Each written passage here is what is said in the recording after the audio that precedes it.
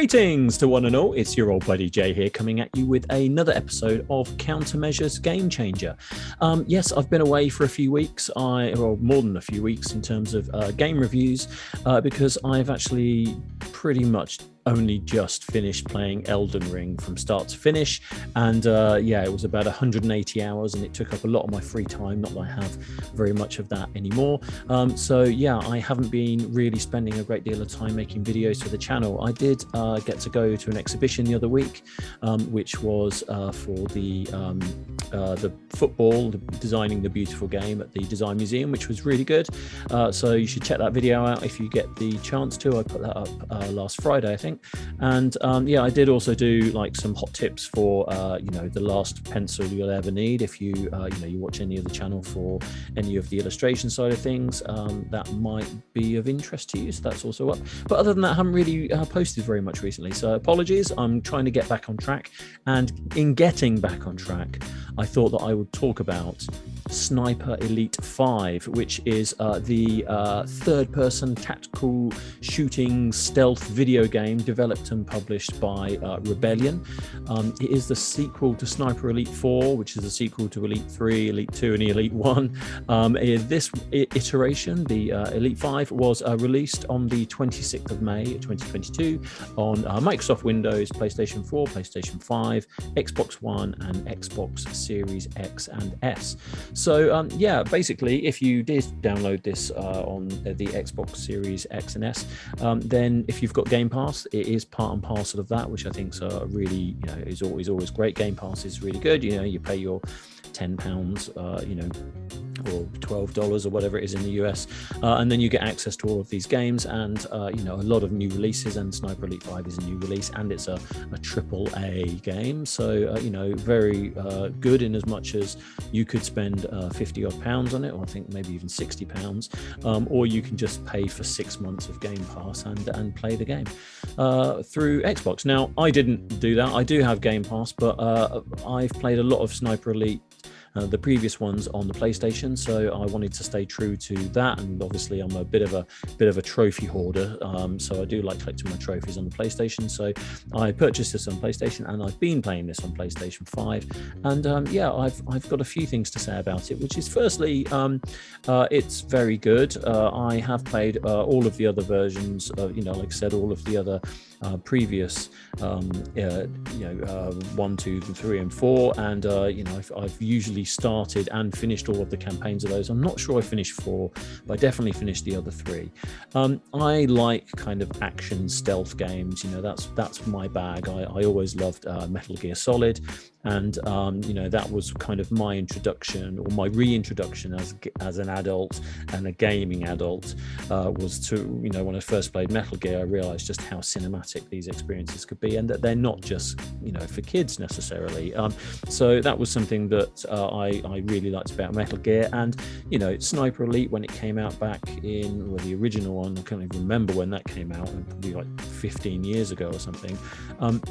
It stole a lot of the ideas, or a lot of the concepts of sneaking around, marking your enemies, and collecting materials that you need to complete your mission, and having your main mission, which you need to accomplish, but also there are other tasks to do if you want to do them for extra experience points, or bonus weapons and things like that. And that's something that Metal Gear always has always done. And there's a lot of other stealth games out there, like like Siphon Filter back in the day was one, and obviously what's the other one? The other tactical one where the guys, Splinter Cell. So that's the other one, which this is very similar to. I think that whole genre is a very interesting genre. It's predominantly played as a kind of single player experience. You rarely get too much multiplayer action in these games, because it's a very, very kind of slow paced and solitary experience, where you're sneaking up on people, or you're waiting for the Nazi soldier to kind of turn around so that you can take him out without anybody hearing you, and things like that. So it's a very tactical game. It's a very kind of forward thinking game. It's a very you approach it by looking at your map and deciding where you want to start the mission, the kind of areas that you want to take out first in order to kind of complete your objectives. Now, I have played all of these games, as I've said before. This guy, the main protagonist is a guy called Carl, I think it's Carl Fairburn. And he is just the worst. He's the one thing that puts me off about these games, is that his voice acting has always been terrible. There's no real story behind him at all, other than he's just this badass sniper that goes into these different environments, has to collect a document, or he has to assassinate somebody, and then he has to exfiltrate the area. So, that's always his story arc. There's never anything deeper than that. It's not you don't really play this game for the story itself. It's the gameplay that draws you in. It's not the story. The story is not interesting, and the core of that story hasn't changed since the first one. So Rebellion know what this game is. It's you're going around in the dark killing Nazis until someone finds you, and then it turns into like a bloodbath of you trying to not kill and kill as many people as possible. So because of that, they don't lean too heavily on the writing, and it definitely shows even in this iteration. The writing is really bad. The dialogue is really bad. The voice acting on all of the characters is terrible.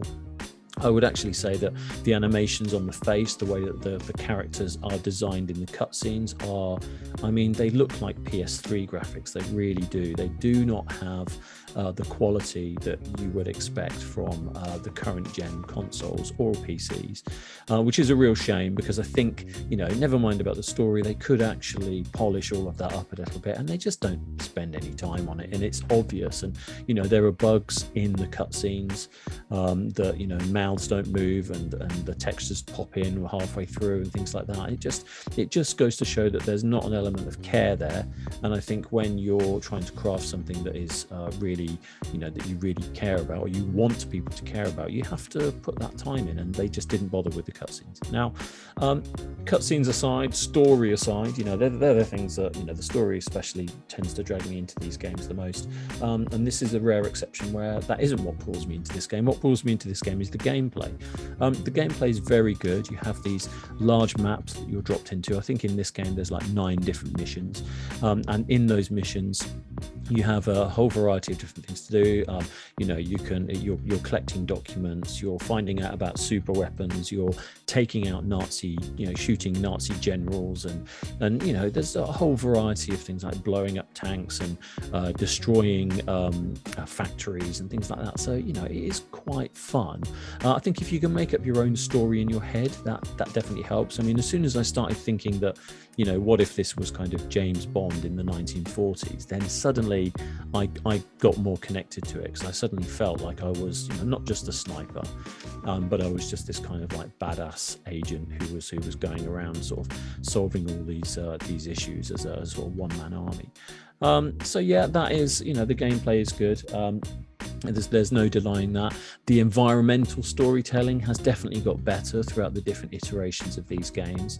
The first one was pretty weak, but now there's kind of, you're going into the bunkers where the soldiers are sleeping, and you're seeing different things that they might have on the sides of their beds, or like posters for the war that are specific to that time. And this is set in around, I think it's like May 1944, so not far off the end of the war. And it's pretty cool in the way that they've done all of that. They've stayed pretty true to all of that. And you have vehicles in this as well, and all the soldiers, they talk to each other in German, and you can choose whether or not you want to be able to hear the translation of that, or to read it as subtitles, or not at all. I mean, I tend to not have it on at all, because I speak very little German thanks to my I think I got a C in GCSE, but it is quite nice not knowing what they're saying to each other, as you wouldn't have done if you were experiencing this as an actual infiltrator. So that's another level that's added into this. The maps have got much bigger. The structure and the design of these maps have got much more intricate. I think with games like Call of Duty, where they've actually they've looked at what brings people into these maps, what's the best way of wayfinding through these maps. I think these kind of games all look at each other for inspiration, and this is no different. It's their maps have got much better, the structure of how they're laid out, the way that you navigate through buildings, etc., etc. Now, having played a lot of these games and over the years seen some real improvements in this different kind of gaming style, what really stood out for me in this is there are a lot of restrictions in terms of where you're going and how you're funneled to different parts of the map. Now, in other games, you would be able to open all the doors, cut fences, you'd be able to jump over buildings if you could mantle up them. There's kind of like walls and sandbags and things in the way that in other games you'd be able to leap over or potentially hide under or use as part of your whatever tactics you're using to kind of approach that part of the mission. Whereas this doesn't really allow you to do any of that, and I think that flexibility is really missing. It's something that I'd like to see in the next iteration, which is to see a little bit more of the environment playing a bigger role in the success of your mission. Because it'd be great if you, like here, if you could start the train and that was next to you, and it could kind of go in and blow up part of that building and distract a load of the guards so you can sneak in and things like that. I think that kind of sounds a little bit more exciting than basically what you do in every single one of these missions, which is you kind of sneak around till you find a point where the soldiers can't see you, you spot them, you wait for the timing to be right, so a guard goes around the corner or slightly out of earshot. That allows you to then either stab the soldier or shoot them, and that then gives you a little window to kind of progress your gameplay. Which is fine, but by the time you get to like mission 3, even in this sort of more recent version, it's getting pretty stale, and the structure, like I said, hasn't changed throughout all of the previous games either. It's the same process. Now, you could argue that process isn't broken, so why change it? But I would say that bringing more elements in that aren't just, like here, you've got like a destructible truck that you could blow up if you want to, but that isn't necessarily how I want to approach all of this. I like to be much more stealthy, and there's less stealth options, I feel. So yeah, and as you can see, the weapon wheel comes up here, and you have all these different variations that you can use to take out your bad guys, but they all involve a lot of sound and a lot of noise, and I like things to be a little bit more stealthier. So really, I just end up using all the silenced weapons and the whistle, because the whistle distracts guards and they come and find out where the noise is, and then you can take them out with no one looking. The rest of it is if things go a little bit pear-shaped and you need to kind of get into a firefight, then you have hand grenades and landmines and things like that, but I really don't tend to use any of that. I feel like I'm bagging on this a little bit, but I do feel that by the 5th version of this game, you should really have kind of developed things a little bit more than they have here. I can't fault the value of this game though, because while you do have the main core of the campaign, like I said, it's 9 missions, and that's very good. There is also a whole plethora of other play styles within this world, which I think you can't argue as value for money is really good. So you have I think there's like a PvP, there's like a kind of multiplayer section where you've got like maybe kind of like 16 different operatives all working in the same area, and you're working in teams against each other. That's quite good. But the main thing, which I think makes this one stand out above all of the rest, is that this has a I think it's called like the axis, or the axis of evil, or something like that. And what that means is when you activate that, it means whatever level you're on in the campaign, you can have another player can come in as an enemy soldier, and then they can find you. So it could be that, like here, I'm just kind of going through my day-to-day assassination of NPC Nazis. But if you are, if you want to come in as an enemy sniper, you can infiltrate people's games, and then you can just hunt them out. You can either do sort of find them hand-to-hand combat, or you can sit and wait for them to finish their mission, and just as they're about to leave or exfiltrate, you can take them out with a sniper rifle, or and I think that's really exciting because as the person doing the hunting, it's exciting because you're looking for clues as to what's happening around the map. So it might be that a soldier gets alerted to a dead body, so at that particular area of the map, that's probably where the protagonist is hanging out. And on the flip side of that, when you are Carl Fairburn, the indestructible sniper, you know that somebody has infiltrated your game. So at every turn, you could potentially be faced with a real player, fighting you in real time, and it's really quite tense. I've had quite a few games where I know there's a guy in my map running around looking for me while I'm trying to solve all of these other kind of missions that I've been set, and it's bloody scary. I must admit that the tension is just really builds, and this isn't a fast-paced game. This isn't a run and gun shooter like Call of Duty or kind of Destiny or anything like that. It's much more slow-paced and methodical. So to know that there's somebody else wandering around the map doing the same thing, looking for you, I think it's quite unique. I mean, I can only compare it to Elden Ring because that's what I've been playing a lot of recently. And Elden Ring, you can invade other people's games, and that's scary in itself. But it's a bit more obvious when people do that, and they find you pretty quickly. Whereas with this, you can sit and wait. They can't see you if you're looking for them, and you can't see them if you're looking for them. And there's an element of tension there, knowing that you're not just against these kind of NPCs that are on their own loops that you eventually work out, and that's how you progress through the game. There is an element in the game that throws all of that out, and I think that's really exciting and really interesting, and something that I'd really like to see more of in the future. So it's not just the old games like Quake and things like that. You could do something similar where it was like PvP within the map, but I just feel that was that sort of setup was a little bit more obvious, and you didn't have quite so much space to play with. Or so many options. Whereas with this, there's the guy could just be hiding in the grass here. He could have been watching me do all of this, and then suddenly at the pristine moment where I'm at my most vulnerable, I'm reloading my weapon, or I'm reading a document or something, then he can just come and take me out. And I just think that that's something that's really exciting and has elevated this game for me. That's elevated it. The art style is fine. I mean, some of it still looks a bit ropey in various places, and then some of it looks really beautiful. So it's a bit of a mixed bag. They haven't really nailed it's not mind-blowing by any means, but it's adequate, and I think that's fine.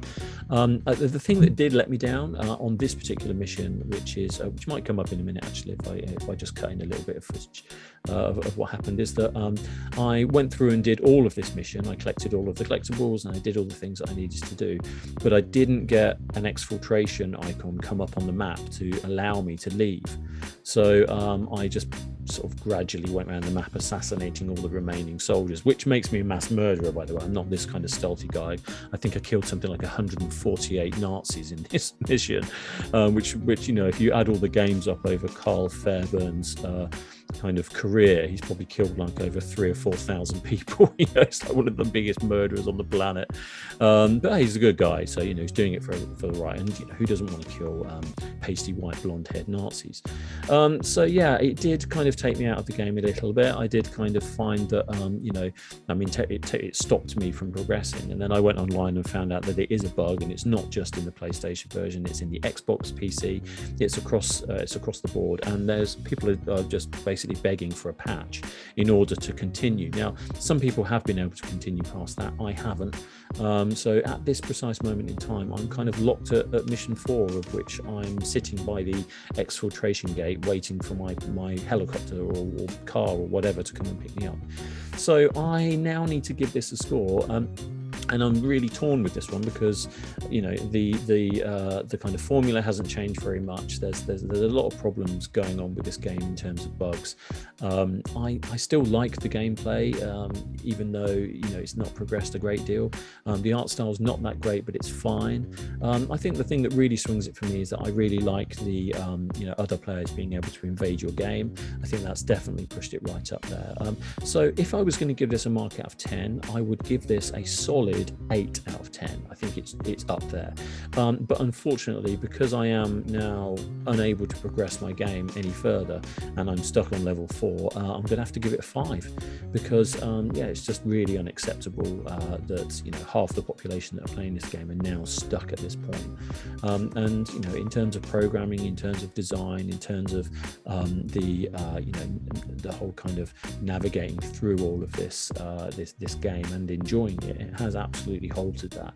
And to the point now where I've got like a massive list of other things that I want to play, and I was hoping to get a little bit more time with this, but the truth is that I'm probably not going to go back to it now. I might do if one of my friends has got it and we want to sort of play a game where we're hunting each other. It might be quite fun, but to be honest with you, I feel like I've lost the momentum a little bit. So it's a bit sad, but did well, could do better, as the old kind of report cards might have said in the 80s. And I think that's probably all I've got to say about this game. So I hope you enjoyed the review. I hope this was useful, and like I said, sorry about not being around quite so much with the game reviews recently, but I am going to be picking that up a little bit more in the future.